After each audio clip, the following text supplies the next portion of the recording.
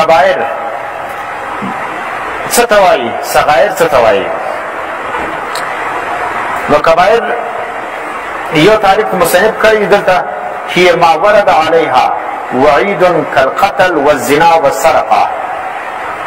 دا تعریف اهم تعریف دی. ګناه کبیره هر هغه عمل ته وایي چې پر هغه باندې په قرآن او سنت کې وعید راغلی وي. وعید څه معنا؟ الله او رسول دا وایي چې دا کار مه کوه، که دې وکړي دا سزا دي وي. نو که چیرې قرآن او سنت کې پر یو عمل باندې سزا ذکر وله، بس دا کبیره ګناه ده. اوس دروغ باندې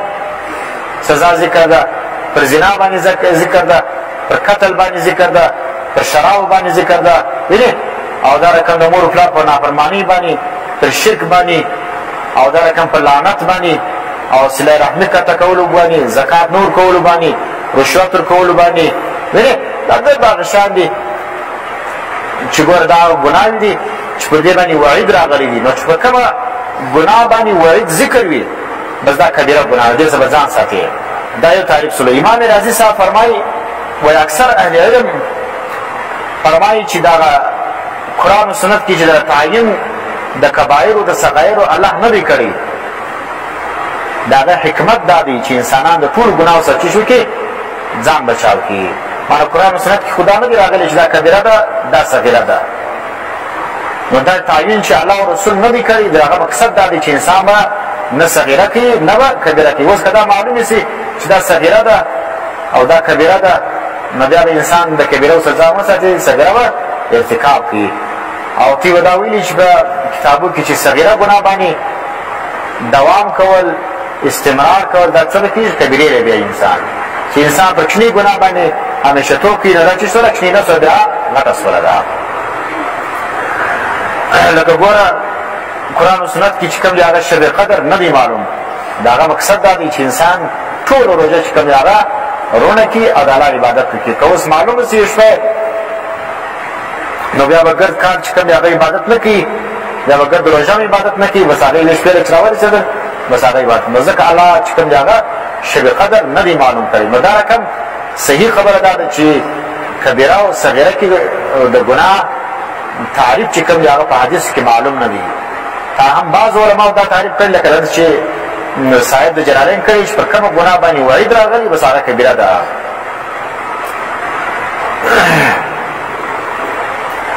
بعض علماء چې کوم دی هغه د کبیرو ګناو یو فهرست تیار کړی دی. هغه ګناوې چې پر هغه باندې وعیدات راغلي دي، د هغو تعین یې هم کړی دي، او څه کتابونه علماو په لیکلي پای کې د کبیرو فهرست ذکر کړي چې دا ګناه کبیره ده، دا ګناه کبیره ده. اوس هغه کوم کې زه د مختصر څه ذکر کوم. اوله ګناه چې کوم ده هغه شرک ده. مرسل الکبائر الاشراک بالله. حدیث تاسو ویلي چې په غټو ګناهو کې تر ګردو غټه ګناه الاشراک بالله، د الله سره شرک کول، دا تر ګردو غټو ګناهو تر ګناهو چې ده دا غټه ګناه ده. دویم چیز ده حقوق الوالدین، د مور پلار نافرماني کول، دا چیز ده تر ګردو غټه ګناه ده. د هغو ګستاخي کول، د هغو په خوله باندې نه کول، د هغو بېادبي کول، دا چیز ده په جایز امورو کې د هغو خبر نه منل، دا حقوق الوالدین ده. دریم قتل النفس، یو انسان بغیر ګناه قتل کول، دا ګناه کبیره ده. څلورم یمین غموس، چې تا ته در معلوم وي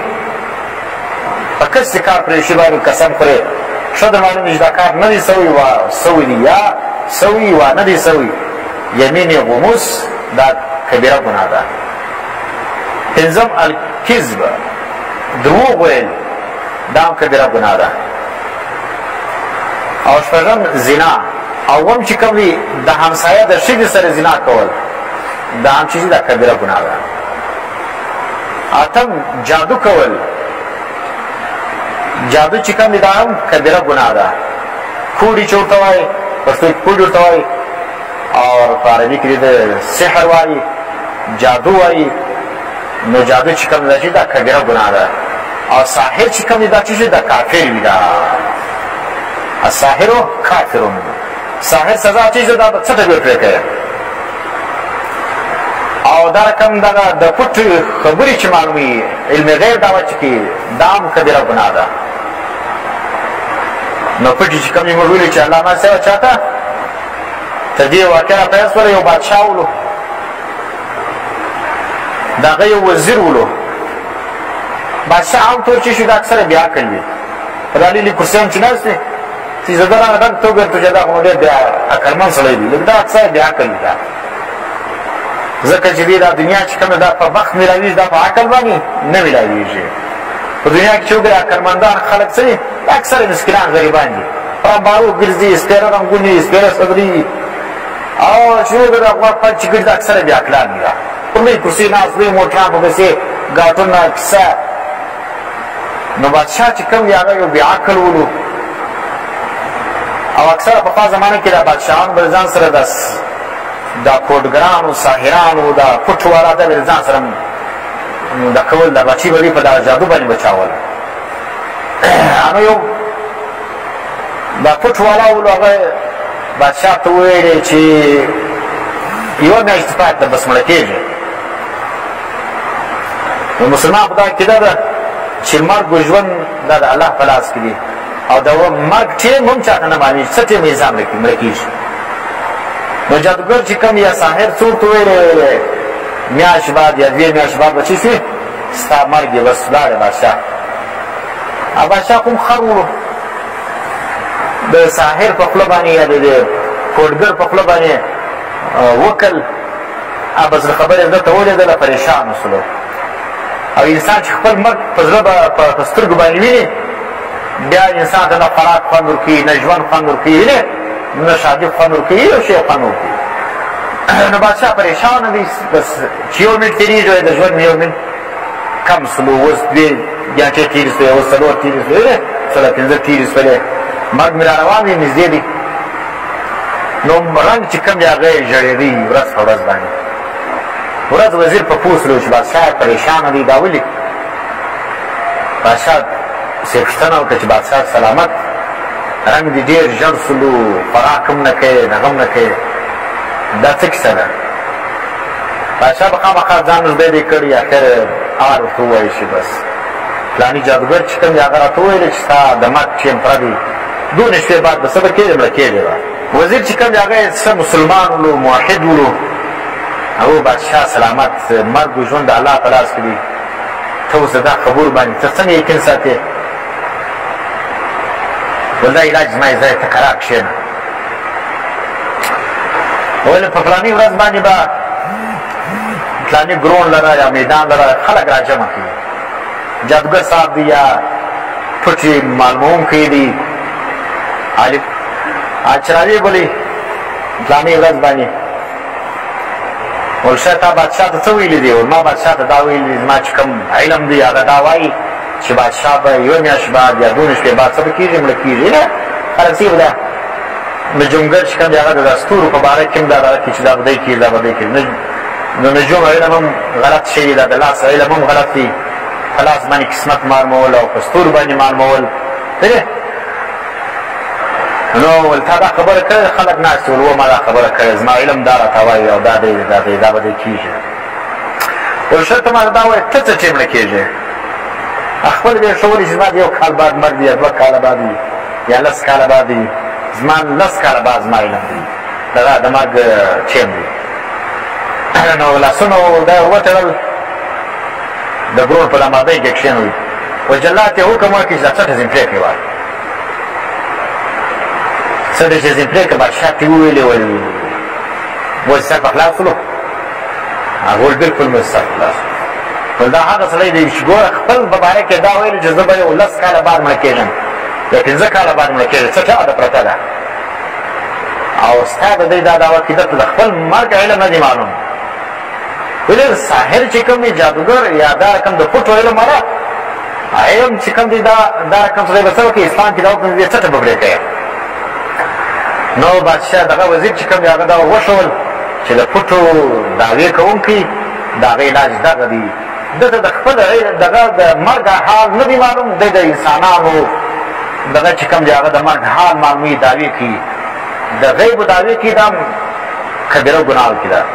او بل چې کوم دی اخذ مال یتیم د یتیم مال اخیستل د یتیم مال خوړل دا کبیره ګناه ده او بل چې کوم دی ښکنځاوې کول دا هم چې دا کبیره ګناه ده بل لعنت ویل پر چا باندې پر مسلمان باندې لعنت ویل دا هم کبیره ګناه ده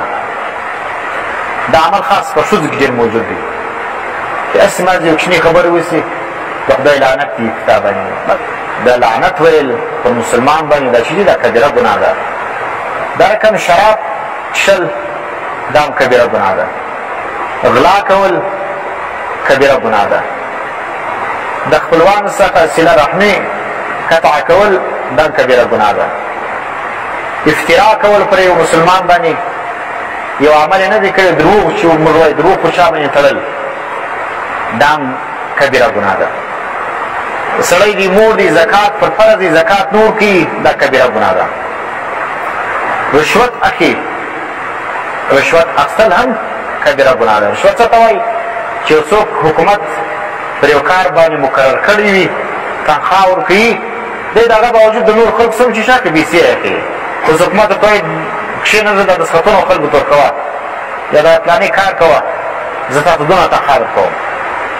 دی راولاړ سي هغه تنخواه په هغه کې ده چې دا خلک راځي کاغذ ولراړ دستخط ورکوي د دې سم 50 روپۍ اخیستي 100 روپۍ اخیستي دغه کار کول دا چې دته رشوت وایي چې کومه ذمهداري ستا وي پر هغه باندې ډبله تنخواه اخیستل دا چې څونه دا رشوت سلو امر بالمعروف و نهي عن المنکر چې دې په وس پرې خلک ستا په خوله کوي چې نه کوي دا هم چې ده کبیره ګناه ده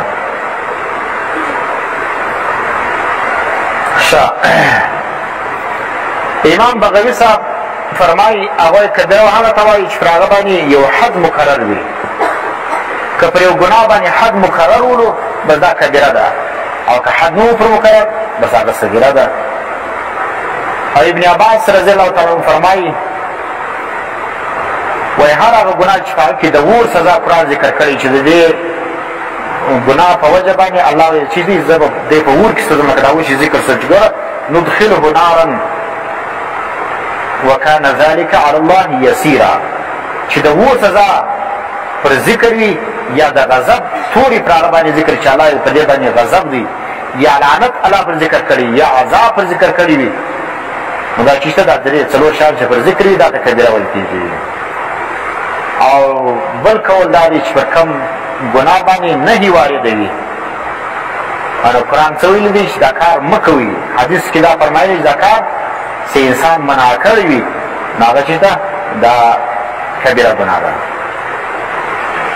نو خلاصه یې د هغه څه لکه دلته چې موږ ویلې کبیره ګناه وه هر هغه ګناه ته وایي چې پر هغه باندې چې شوي هغه کې په حدیثو کې خلاصه به موږ بیان کړو چې قرآن و حدیثو کې د هغه څخه منع راغلی وي